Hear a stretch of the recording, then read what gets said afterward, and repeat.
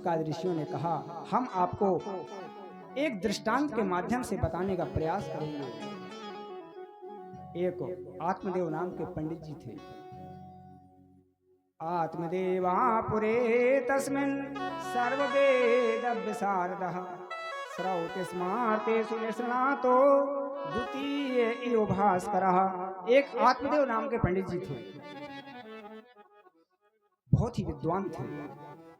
सुबह 4 बजे जगना, संध्योपासन इत्यादि करना, वेद वेदांत का ज्ञान, बहुत ही विद्वान पंडित जी थे। लेकिन उनकी पत्नी जो थी उतनी ही वो दुष्ट थी।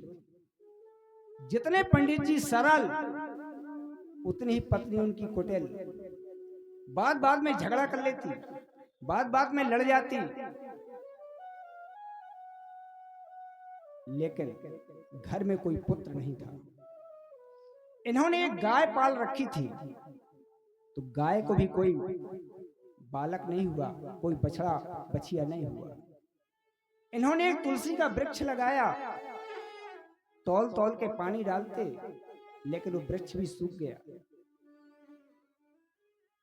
तो मालूम, पास पड़ोस वालों ने कहना शुरू कर दिया, ओहो क्या है ना पंडित जी, आपके घर में कोई बालक नहीं है, इसलिए सारी दुर्व्यवस्थाएं हो रही हैं।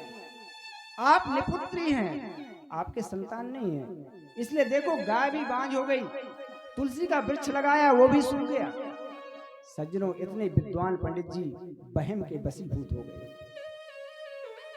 उनको भी मोह हो गया, बहम हो गया कि वास्तव में ये पड़ोसी सत्य कहते हैं क्या।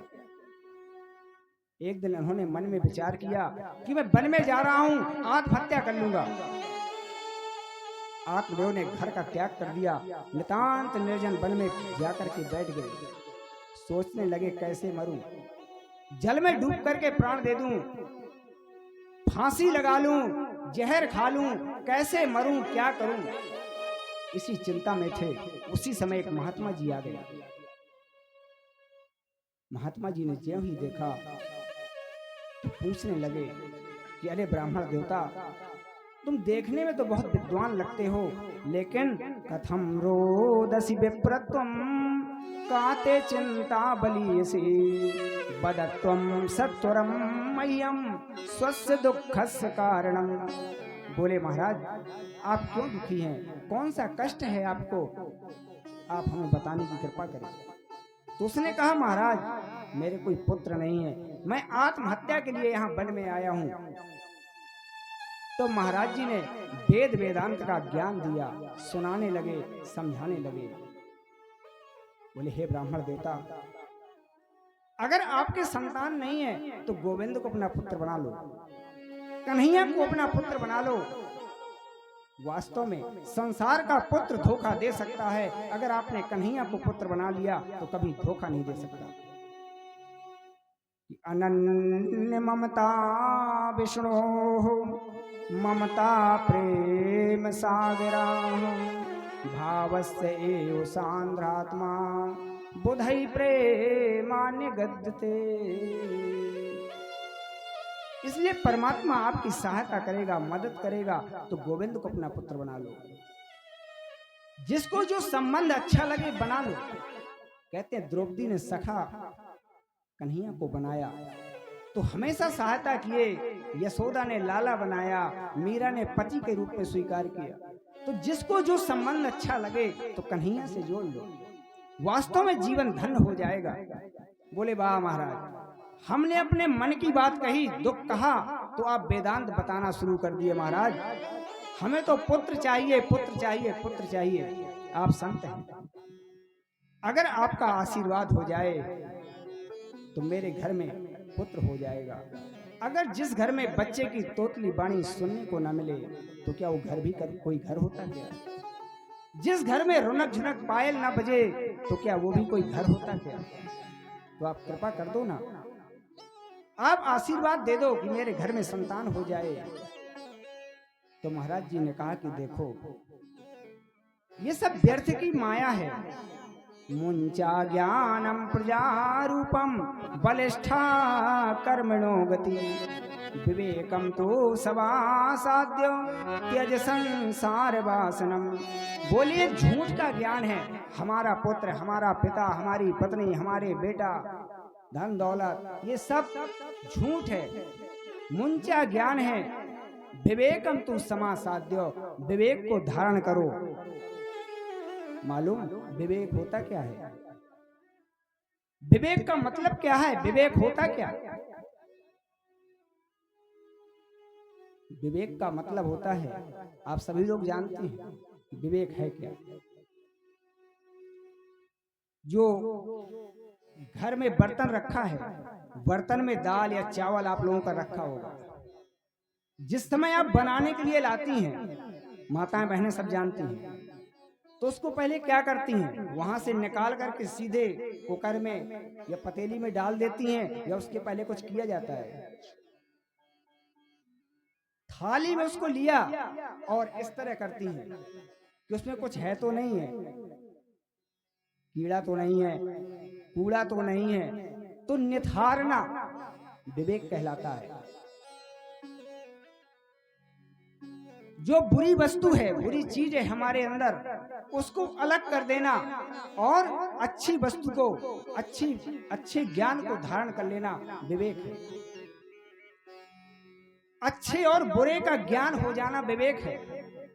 अग्नि जल रही है, हम हाथ लगाएंगे जल जाएंगे, ये विवेक है, मालूम है, क्योंकि पता है कि हमने अग्नि में हाथ रखा, हमारा हाथ जलेगा। लेकिन जब बुरा कर्म करते हैं तो वहां विवेक कहां चला जाता है? तो विवेक वही है कि निथारना, किसी वस्तु को अलग करना, उसको विवेक बोलते। तो बोले विवेक को धारण करके परमात्मा का चिंतन करो महात्मा जी, महाराज जी, आपका कल्याण हो जाएगा। और मैंने आपकी मस्तिष्क रेखा को देखा है कि सप्त जन्मावधीतो पुत्रो नयुच नयुचो। बोले महाराज एक जन्म की बात जाने दो, तुम्हारे 7 जन्मों तक कोई पुत्र नहीं है। महाराज जी कहने लगे वाह महाराज, संतों के दर्शन से कष्ट दूर होता है, आपने तो मेरा कष्ट 7 गुना और बढ़ा दिया। मैं इस जन्म की बात कर रहा हूं, तुमने 7 जन्म को बता दिया कोई पुत्र नहीं होगा, तो 7 गुना तुमने मेरा और कष्ट बढ़ा दिया। बोले कुछ भी हो जाए मैं प्राण दे दूंगा आपके सामने। महात्मा जी ने समझाया, बोले आप विद्वान ब्राह्मण हैं, इसलिए मैं समझाने का प्रयास कर रहा हूं। 2 मार्ग बताए गए हैं, एक होता है प्रवृत्ति का मार्ग, एक होता है निवृत्ति का मार्ग। प्रवृत्ति का मार्ग क्या है? गृहस्थ आश्रम, और निवृत्ति का मार्ग है संन्यास आश्रम। ये दोनों जो मार्ग हैं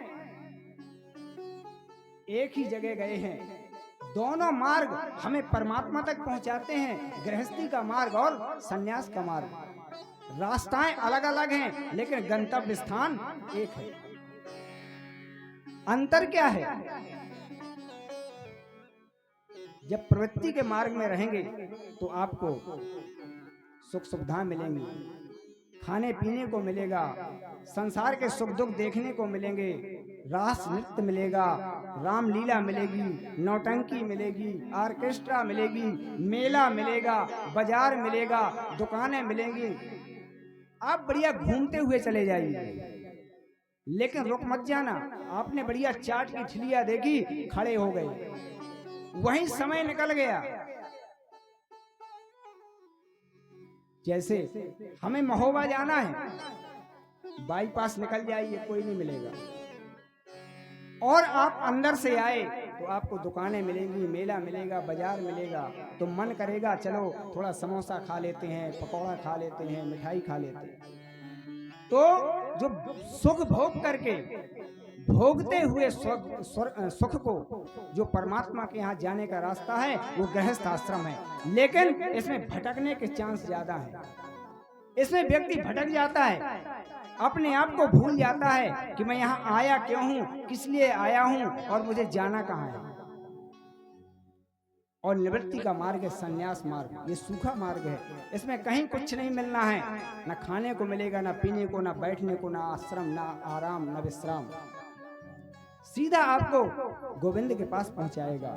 तो पुत्रादि सुखहीनोयम संन्यासा शुष्क एवहि गृहस्था सरसो लोके पुत्र पौत्र समन्विता। तो ब्राह्मण ने कहा देखो, पुत्र पौत्र से युक्त हमारा घर हो तो उसको सरस कहा जाता है, और गृहस्थ सरस जीवन है, और जो संन्यास आश्रम है वो शुष्क है, अत्यधिक सूखा हुआ है। बोले महाराज कुछ भी हो जाए आप मुझे पुत्र दो, नहीं तो मैं तुम्हारे सामने प्राण दे दूंगा, आपको ब्रह्म हत्या लग जाएगी। महाराज जी ने सोचा कहां से आफत मैंने मोल ले ली, न पूछता और न ये आफत आती।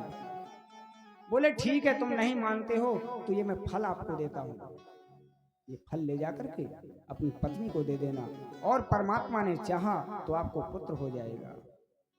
महाराज जी ने फल को ले लिया, बहुत ही प्रसन्नित हुए और घर में आ गए। पत्नी से बोले देवी मैं एक फल लाया हूँ, इसके खाने से अपने घर में बालक हो जाएगा, तो हमारी जो गाय है ना उसके भी बछड़ा बछिया हो जाएगा, हमारी जो तुलसी सूख गई है वो भी हरी भरी हो जाएगी।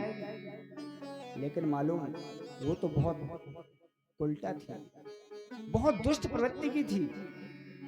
बोली पता नहीं महाराज जी को किसने बेवकूफ बना दिया, कहीं फल खाने से पुत्र होता है, और ये भी चक्कर में पड़ जाते हैं। बोले ठीक है कोई बात नहीं है, मैं थोड़ा स्नान कर लूं और पूजा कर लूं, इसके बाद फल खा लूंगी। महाराज जी खुश हो गए। इसने जाकर के वो फल पूजा की अलमारी में रख दिया, पूजा की और सोचने लगी अगर मैंने फल खा लिया तो मालूम हो सकता है कहीं संत की वाणी सत्य ना हो जाए। फल भक्षेण गर्भास्यात् गर्भेणोदर वृद्धिता स्वल्प भक्षम ततो शक्ति गृह कार्यम कथम भवेत्। बोले अगर फल खाने से गर्भ हो गया तो मेरा पेट बढ़ जाएगा, तो कम भोजन करूंगी, और जब कम भोजन करूंगी तो गृह कार्यम कथम भवेत्, घर का कार्य कैसे।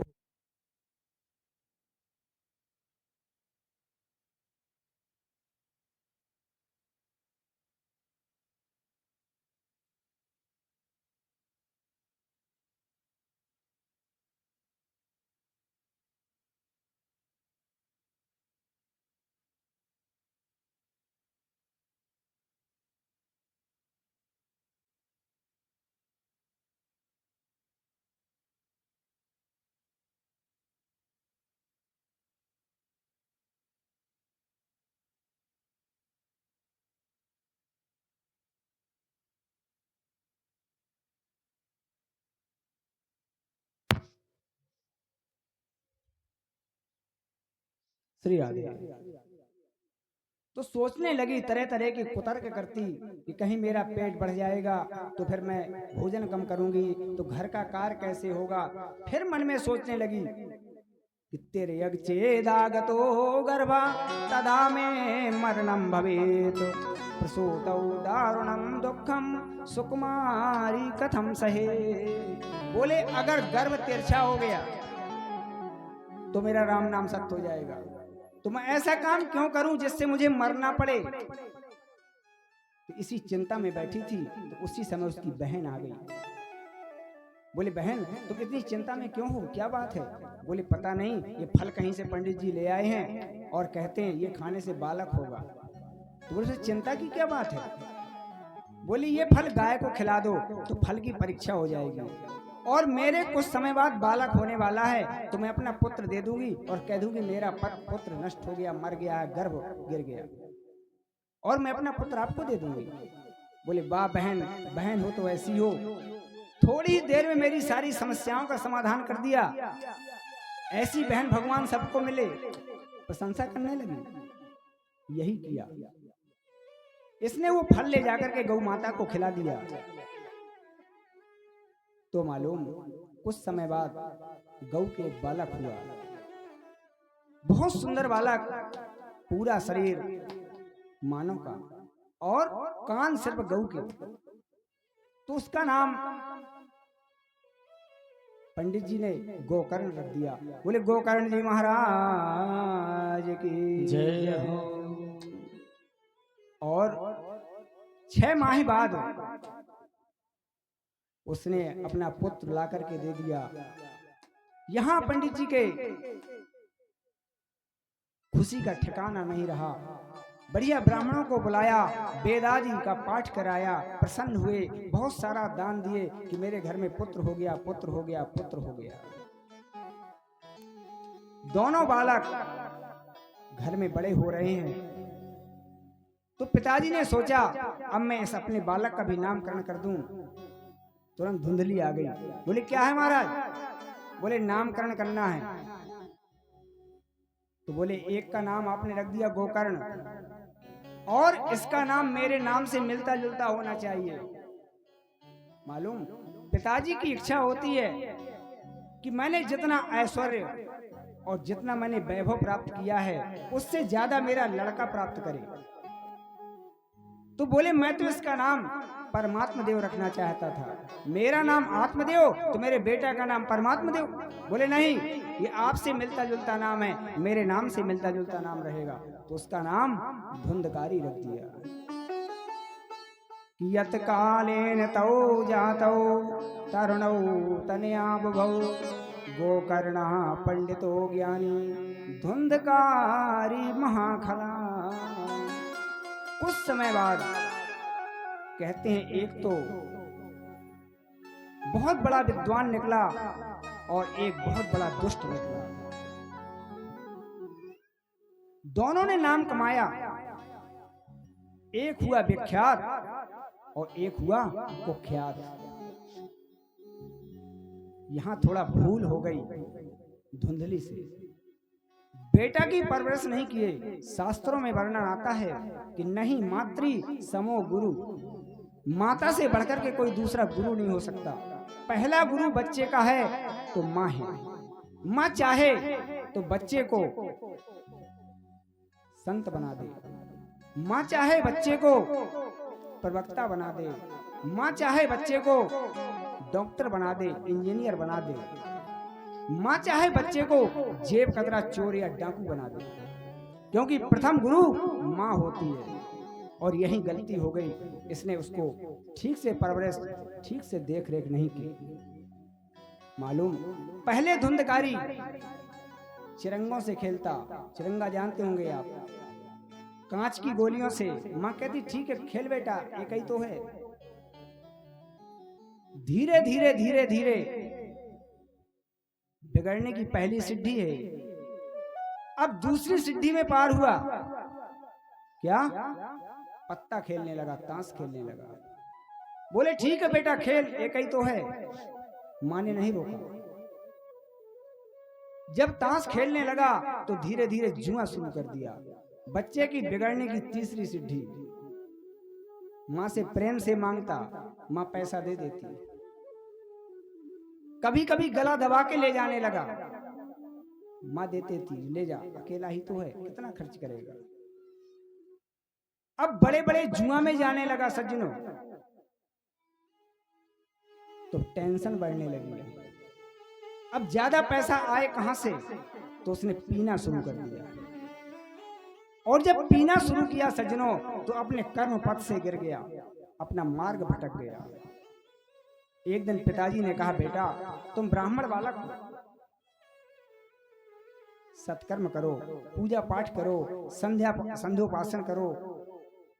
डांट देता पिताजी को, बैठे रहिए, आप शांत रहिए, मैं जो कर रहा हूं ठीक कर रहा हूं। पिताजी शांत हो जाते हैं। सोचने लगे कि ऐसा बेटा ना होता तो बहुत अच्छा रहता। क्या करूं, कहां जाऊं, कहां मर जाऊं। यहां सूर्य जी महाराज कहते हैं सौनकादिक 28 ऋषियों से कि आज वही ब्राह्मण फिर मरने के लिए बन जा रहा है। पहले क्यों जा रहा था कि मेरे पुत्र नहीं है, अब क्यों जा रहा है कि मेरे पुत्र है क्यों। बड़ी समस्या। इसने सोचा मैं घर का परित्याग कर दूंगा, ऐसे बच्चे से तो मैं बिना पुत्र का बना रहता तो अच्छा था। उसी समय गोकर्ण जी आ गए और कहने लगे पिताजी चिंता को छोड़ दो, शोक को छोड़ दो।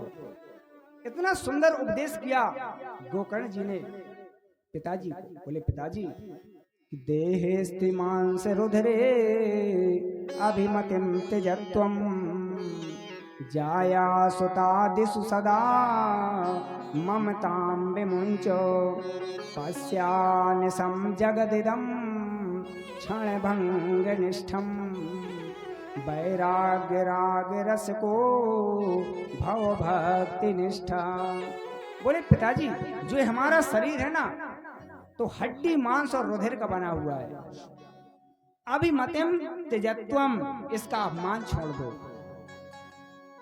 जाया सुता दिशु सदा ममताम विमुञ्चो, पत्नी की ममता छोड़ दो, पुत्रों की ममता छोड़ दो, और पश्या निशम जगदिदम, ये जो संसार है क्षण भंगुर है, इसका चिंतन करो, सोचो। वैराग्य राग रस को भव भक्ति निष्ठा, वैराग्य को धारण कर लो और परमात्मा के चिंतन में लग जाओ, जीवन धन हो जाएगा। बन जाने से कोई मुक्ति नहीं है। आप सोच रहे हैं कि हम वन में जाएं मुक्ति मिल जाएगी, तो बोले ऐसा कुछ नहीं है। अगर वन में जाने से मुक्ति मिलती तो जो सियार होता है ना, गीदड़ होता है, उसका जन्म ही जंगल में होता है। तो वन में जाना मुक्ति नहीं है। वाल्मीकि रामायण में लिखा है कि बने पिदोषा प्रभवन्ति रागिणाम गृहेषु पंचेन्द्रिय निगृहस्तपा अकोत्स्यते कर्मण्य प्रवर्तते निवृत्त रागस्य गृहं तपोधनम। बोले हमारा घर ही एक तपोधन है, ये तप का घर है। सिर्फ हमें आत्मा को परमात्मा के चरणों में लगाना है, इंद्रियों को बस में करना है। जीवन घर में भी सार्थक हो सकता है। मालूम, गृहस्थ जीवन इतना सरल है कि आपको ना तो बैठ करके तपस्या की जरूरत है, न समाधि लगा के बैठने की जरूरत है। काम करते चलो, नाम जपते चलो, हर समय प्रभु का ध्यान धरते चलो, काम की वासना को मिटाते चलो, कृष्ण गोविंद गोपाल गाते चलो। कृष्ण कहने से तर जाएगा, कृष्ण कहने से तर जाएगा, तो कृष्ण कहने से तर जाएगा, कृष्ण कहने से तर जाएगा, कृष्ण कहने से तर जाएगा। पार भाव से उतर जाएगा, पार भाव से उतर जाएगा, वो पार भाव से उतर जाएगा, पार भाव से उतर जाएगा, कृष्ण कहने से तर जाएगा, ओ कृष्ण कहने से तर जाएगा, कृष्ण कहने से तर जाएगा।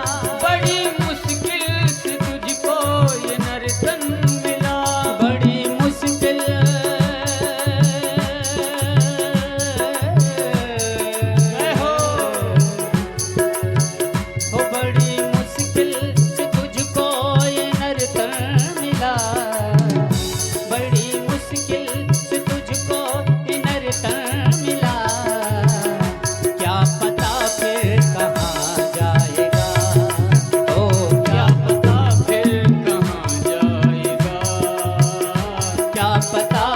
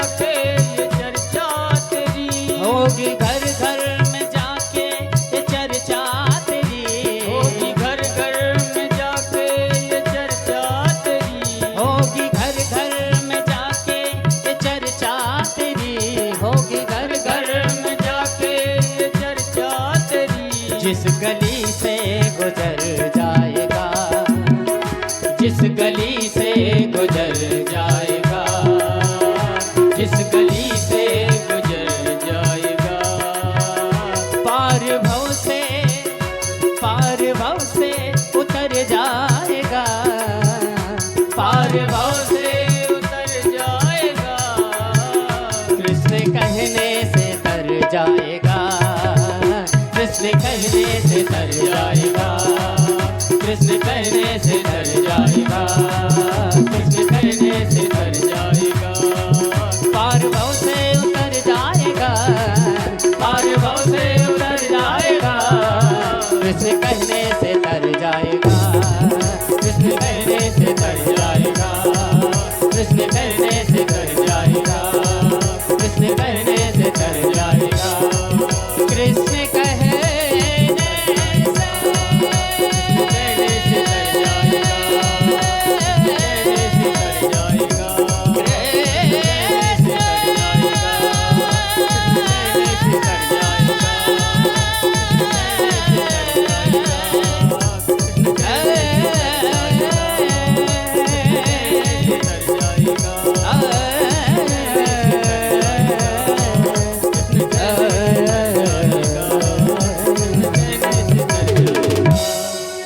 बाके बिहारी लाल की जय हो। ऐसा उपदेश किए गोकर्ण जी कि रात ही में ही पिताजी वन में चले गए और वहां जाकर के इन्होंने श्रीमद् भागवत के 10वें स्कंद का पाठ किया और परम पद को प्राप्त कर लिए।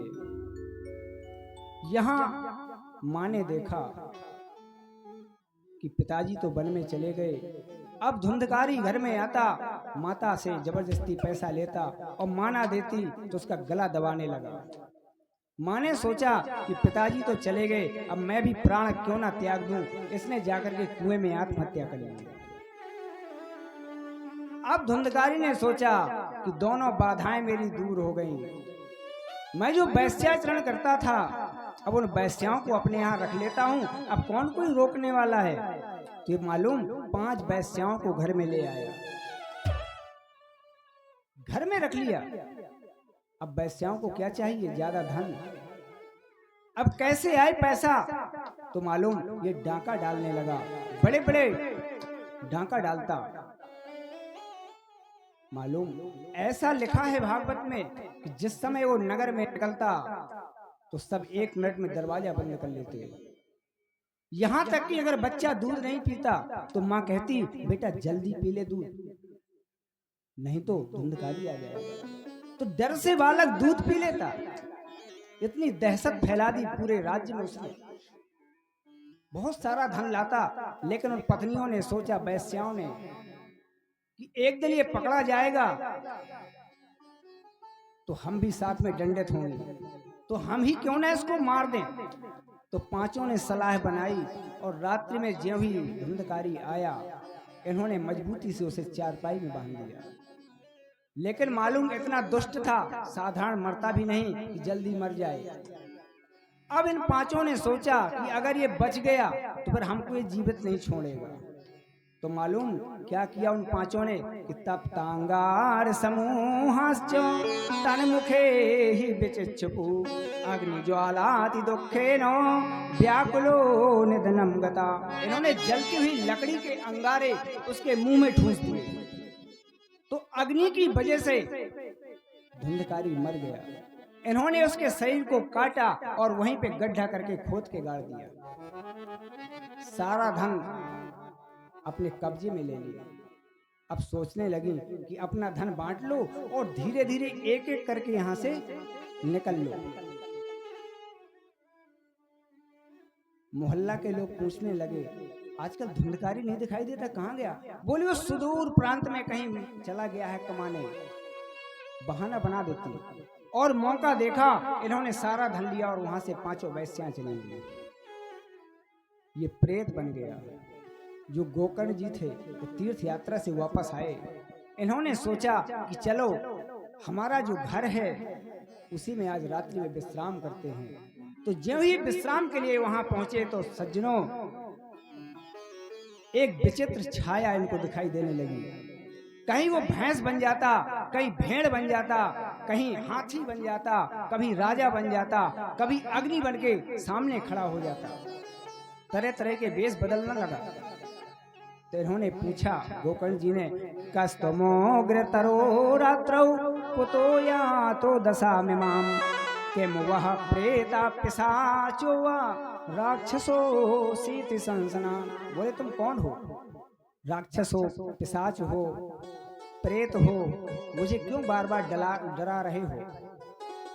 तो मालूम प्रेत बोलता नहीं है, दूसरे के ऊपर सवार होकर के अपना काम चलाता है। अब वो पड़ गए वैष्णव, उनके ऊपर तो सवार हो नहीं सकता गोकर्ण जी के ऊपर। तो गोकर्ण जी ने हाथ में जल लिया और उसके ऊपर छींट दिया। तो बोलने लगा कि अहम भ्राता तुदीयोस्मि धुंधकारीति नामतः स्वकीये नैव दोषेणो ब्रह्मणत्वं नासितम मया। बोले मैं हूं, मैं। बोले कौन? बोले तुम्हारा भाई धुंधकारी। बोले धुंधकारी तुम हो? बोले हाँ। बोले तुम्हारी ये दुर्गति हुई, तुम प्रेत बन गए, तुमने कौन सा ऐसा पाप किया है?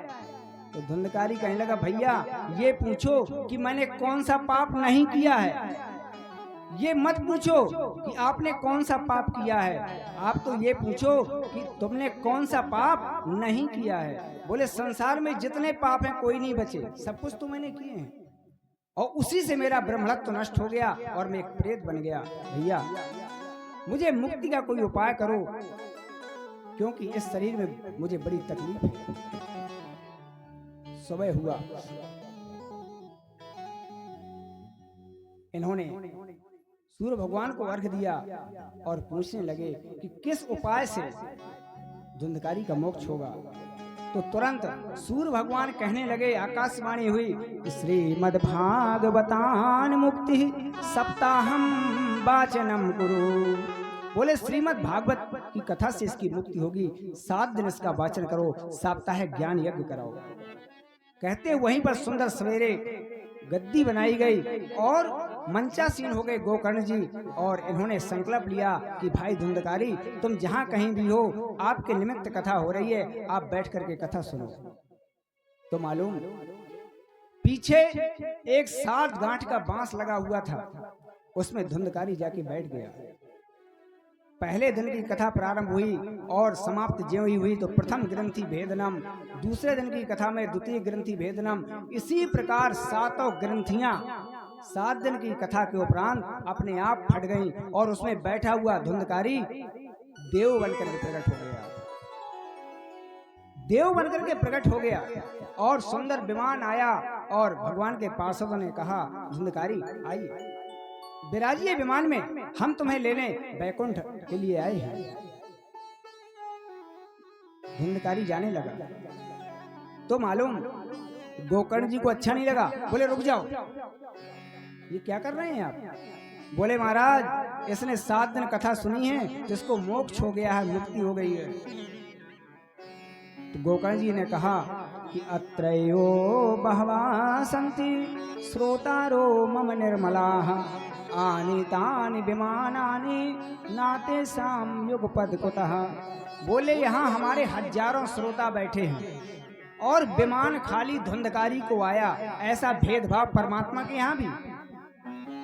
अगर कथा सुनने से मुक्ति मिलती है, मोक्ष मिलता है, तो सबके लिए विमान लाओ और सबको बिठा के ले जाओ, हमें कोई आपत्ति नहीं है। लेकिन हजारों ने कथा सुनी और विमान खाली धुंधकारी को आया, ऐसा भेदभाव मुझे अच्छा नहीं लगा। तो बहुत सुंदर उत्तर दिया भगवान के पार्षदों ने कि श्रमणस्य विभेदेन फल भेदोत्र संस्थिता श्रवणम तो कृतम सर्वै ना तथा मननम कृतम। बोले श्रवण के भेद से फल में भेद हो गया। ध्यान से सुनिएगा, श्रवण के भेद से फल में भेद हो गया। बोले इसने कथा, इन लोगों ने कथा तो सुनी है, श्रवणम तो कृतम सर्वै ना तथा मननम कृतम। इसका चिंतन नहीं किया, मनन नहीं किया, निरध्यासन नहीं किया। मालूम एक सेठ जी थे, 12 वर्षों से लगातार कथा सुनते रहे, सुनने जाते रहे। एक दिन उन्हें कहीं बाहर जाना था तो महाराज से पूछने लगे कि महाराज जी मैंने 12 वर्ष हमेशा कथा सुनी है, कहीं भी हो वहां पहुंच के सुनता था, और कल मुझे बहुत जरूरी काम है, अगर मैं नहीं आता हूं तो दिक्कत हो जाएगी, कैसे काम बने। तो महाराज जी ने कहा कि अपने बेटा को भेज देना, काम चल जाएगा।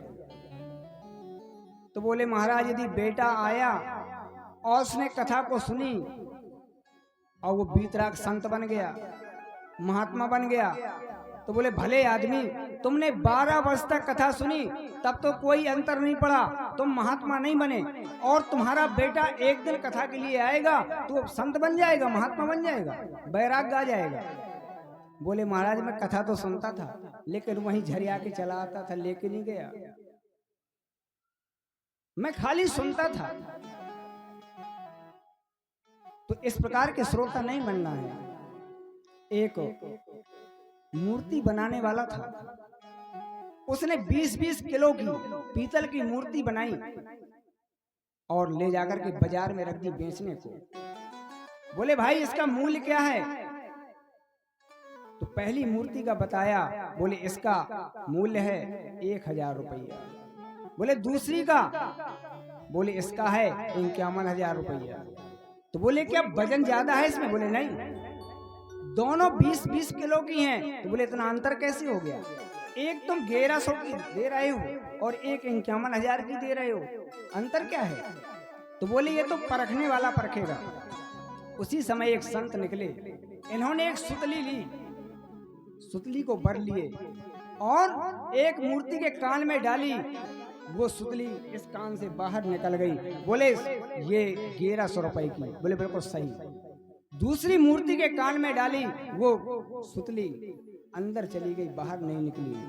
तो बोले ये 51,000 रुपए की। बोले बिल्कुल ठीक।